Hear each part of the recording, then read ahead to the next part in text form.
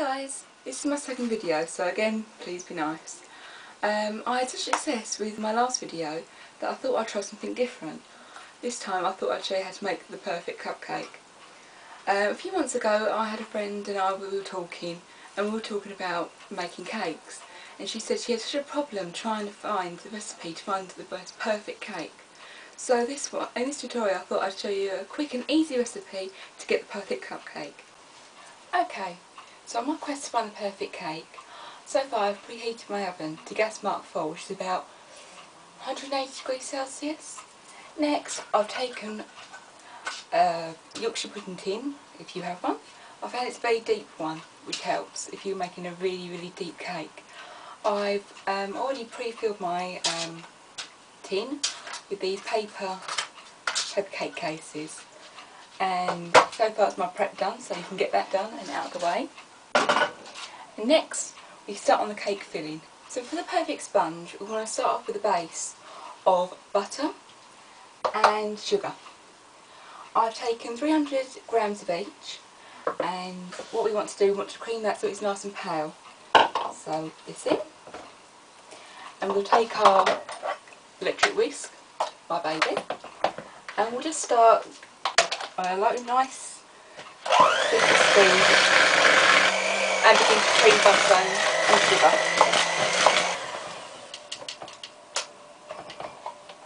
Okay, so we're looking for a consistency of this creamed mix, sort of this consistency, if you can see from the camera. We want it just nice and pale and fluffy. We don't want to beat the mixture, because then you have a horrible cake. Next, we want to take 6 eggs, any size medium egg will do. I know 6 eggs sounds really obsessive, but I promise you it will make the most perfect cake. So we want to take one of these eggs and open it up like that and into the mixture. And what I recommend, some people recommend adding a teaspoon of flour and mixing the eggs in. What I do, I mix the eggs in individually, one by one, using again my trusty hand mixer until the mixture is well mixed. You don't have to mix these eggs as well as you did with the flour, with the sugar and the butter, but it's just enough to just get you mixed in, just a little bit.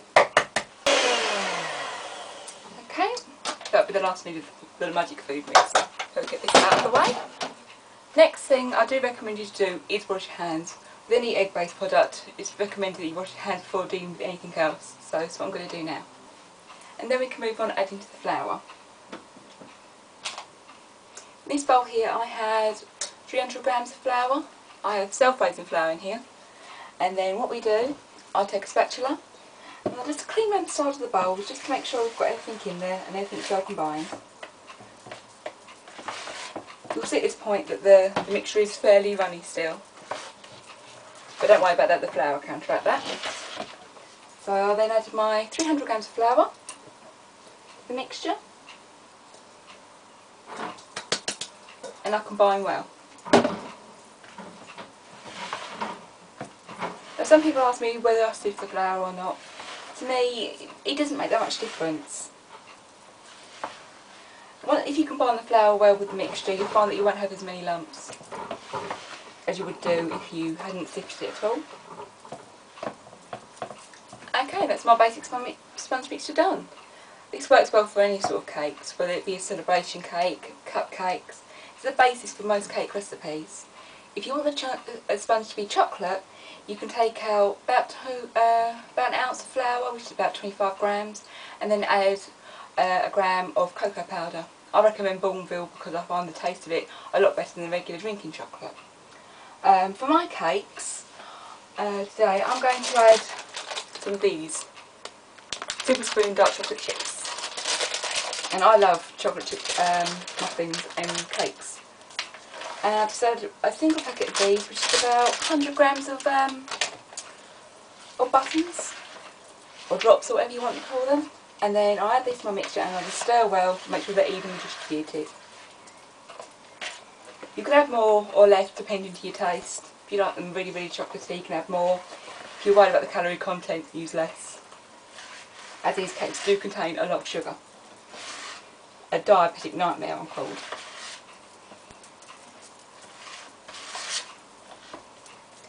Okay, and that's my mixture done.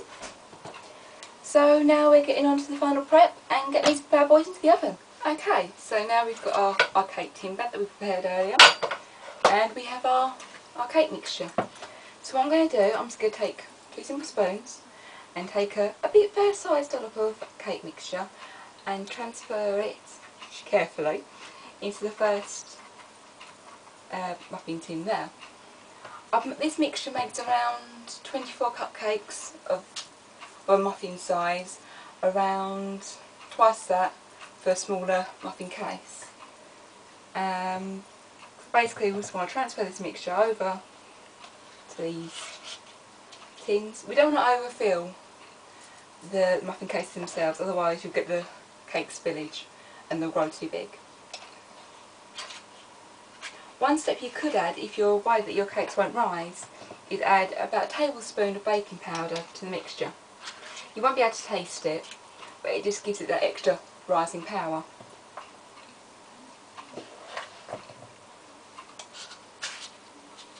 If you do slightly overfill, you can take some of the mixture back out using your spoons. That's no problem there, like I just overdid. And now we have our full cupcake mould, and these will go into the oven at gas mark 4 for around 20 to 25 minutes. So, in my cakes go, and we'll see them when they come out. Okay, now our cakes are out the oven. As you can see, they're lovely golden brown. That's the colour we're aiming for. And it also helps if you take a skewer, a clean skewer, and just dip it into the thickest part of the cake and bring it out. And as you can see, the skewer should be completely clear. Then we know our cakes are done. So we can now transfer these from our tin over to our cooling rack and allow them to cool. It's important that you allow them to cool quite well, because as we add the frosting, it could have a tendency to melt on hotter cakes. So we'll leave them plenty of time to cool. I recommend around about an hour, if not more. The longer you give them, the better the frosting will be. And now we have to get onto our frosting. Okay, next we're going to move on to making our frosting. Now this frosting can be quite tricky to make. It's basically a mix of butter, icing sugar, my favourite, chocolate, and a few tablespoons of double cream. When I first made this, I had terrible trouble getting the mixture right and nice and smooth. And you might find this yourself at home, but be patient and bear with it, because it does come out nice in the end. And I promise you, with a bit of perseverance and a bit of arm work, you'll be able to get a perfect frosting for these cupcakes. Firstly, I'm going to take my 300 grams of icing sugar and add it to my bowl. Step 1 is simple. Next, I'm going to take 125 grams of unsalted butter and place it into a heavy duty bowl. And then I'm going to put it onto the stove and melt it until it's nice and smooth.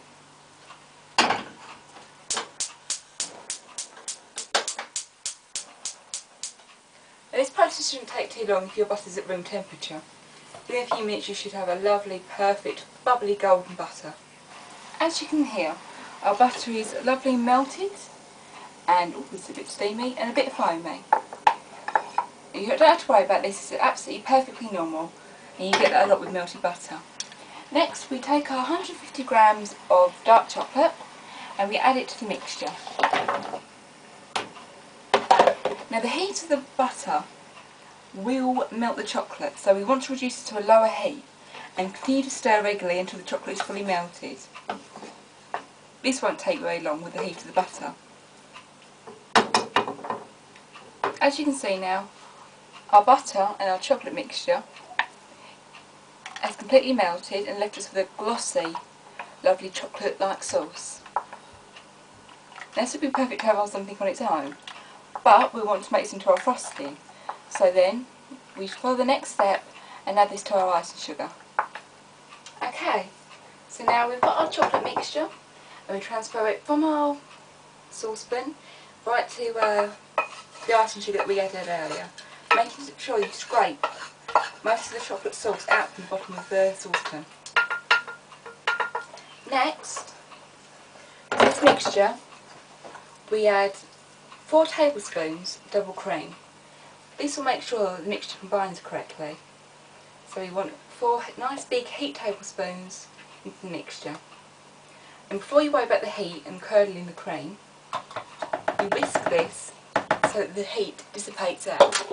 I'll take my whisk here, my trusty pink whisk, and just slowly start to combine the frosting together. Now at this point it will look a bit of a mess, if honest, but keep persevering. The more you work this frosting, the better it will become. And first of all, it will begin to look slightly greasy. As I said, with time and letting the frosting itself cool down, you'll find that the consistency of the frosting changes into one that you'd more normally find on top of a cake. Okay, our frosting is nice and combined. It should look something like this. Admittedly, not very good at the moment, but give it time again and it will come out absolutely amazing. So again, we allow our frosting to cool for a while our cake layers cool, and then we can start piping. Okay, so now we have our cakes completely cooled. I've brought them back over from over my side there, and they're lovely, lovely and cool to the touch. Also, we have our frosting ready. As I promised, the frosting worked out pretty well. When you make this frosting, it also can be beneficial to put it in the fridge, especially if it's on a warmer day. It just helps the solidifying process and makes it come more frosting-like. So what I'm going to do now is I'm going to take a simple piping bag and a star-shaped nozzle, and I'm going to assemble this.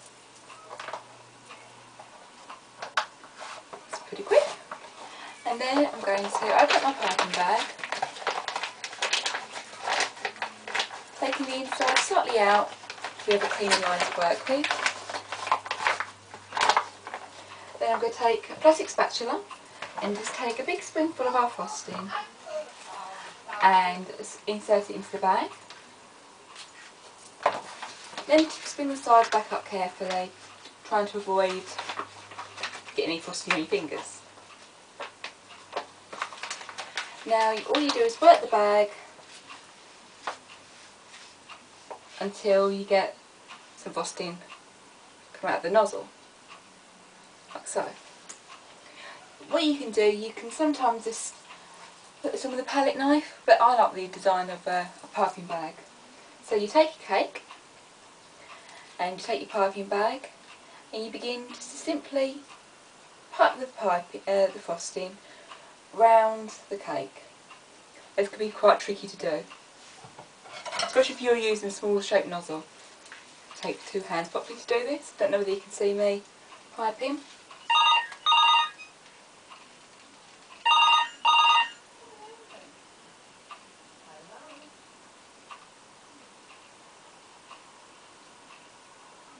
Just simply take your time and pipe very carefully until you've reached the desired amount of frosting that you want in your cake.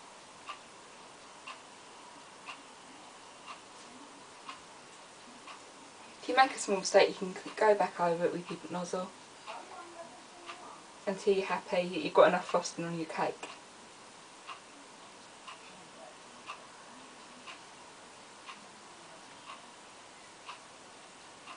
Like so. And then what I'm going to do is I'm going to take a few mini marshmallows and just put these very decoratively on the top, like so. And that is our cake.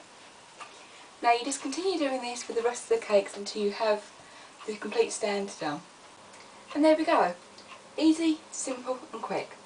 This will look lovely at an afternoon tea, or even just going around a friend's house. They're really simple and really tasty. So thanks for watching my vid. Hope to see you all again soon.